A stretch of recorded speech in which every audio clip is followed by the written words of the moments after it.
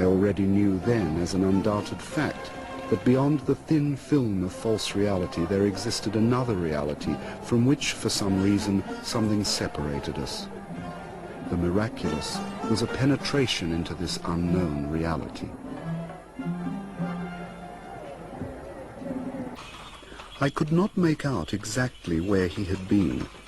I mentioned to him my intention of going to the East again. Even if you found schools, you would find only philosophical schools, he said. There are only philosophical schools in India. It was divided up in that way long ago. In India there was philosophy, in Egypt theory, and in present-day Persia, Mesopotamia, and Turkestan practice. But you do not understand clearly what I mean by philosophy, theory, and practice. These words must be understood in a different way, not as they are usually understood. Where are your companions now? Some have died, some are working, some have gone into seclusion. This word from the monastic language, heard so unexpectedly, gave me a strange and uncomfortable feeling. If ancient knowledge has been preserved, and if, speaking in general, there exists a knowledge distinct from our science and philosophy, or even surpassing it, why is it so carefully concealed? Why is it not made common property? Why are the men who possess this knowledge unwilling to let it pass into general circulation of life, for the sake of a better and more successful struggle against deceit, evil, and ignorance?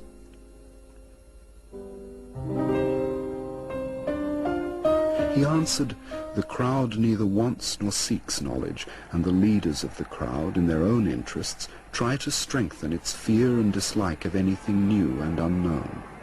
The slavery in which mankind lives is based upon this fear. It is even difficult to imagine all the horror of this slavery. We do not understand what people are loosing. To understand the cause of this slavery, it is enough to see how people live.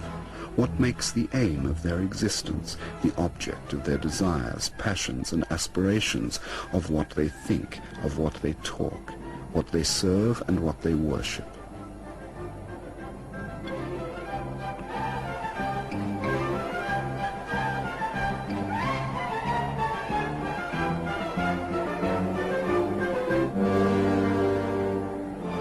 I remembered that a few days before this talk, I had seen two enormous lorries loaded to the height of the first floor of the houses with new unpainted wooden crutches.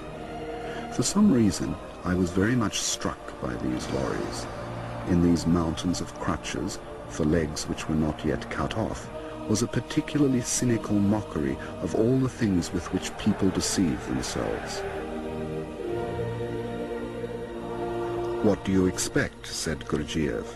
People are machines. Machines have to be blind and unconscious. They cannot be otherwise, and all their actions have to correspond to their nature. Everything happens. No one does anything. Progress and civilization, in the real meaning of these words, can appear only as a result of conscious efforts. They do not appear as a result of unconscious mechanical actions.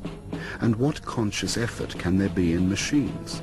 And if one machine is unconscious, then 100 machines are unconscious, and so are 1,000 machines, or 100,000, or 1,000,000.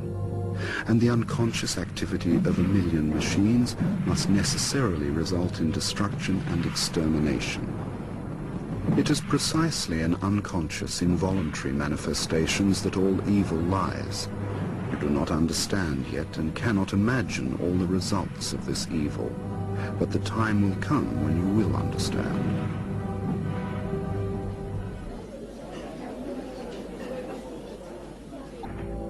The next lecture began with the words, "Know thyself." These words, said Gurdjieff, which are generally ascribed to Socrates, actually lie at the basis of many systems and schools far more ancient than the Socratic. The modern man of our times, even a man with philosophic or scientific interests, does not realize that the principle, "Know thyself," speaks of the necessity of knowing one's machine, the human machine. A man does not know himself. A man is a very complex machine, much more complicated than a locomotive, a motor car, or an aeroplane. People know nothing, or next to nothing, about the structure, the working, and the possibilities of the machine. They do not understand the simplest functions, for they do not know the aims of these functions. They vaguely imagine how they should learn to control the machine, the way they control a locomotive, a motor car, or an aeroplane.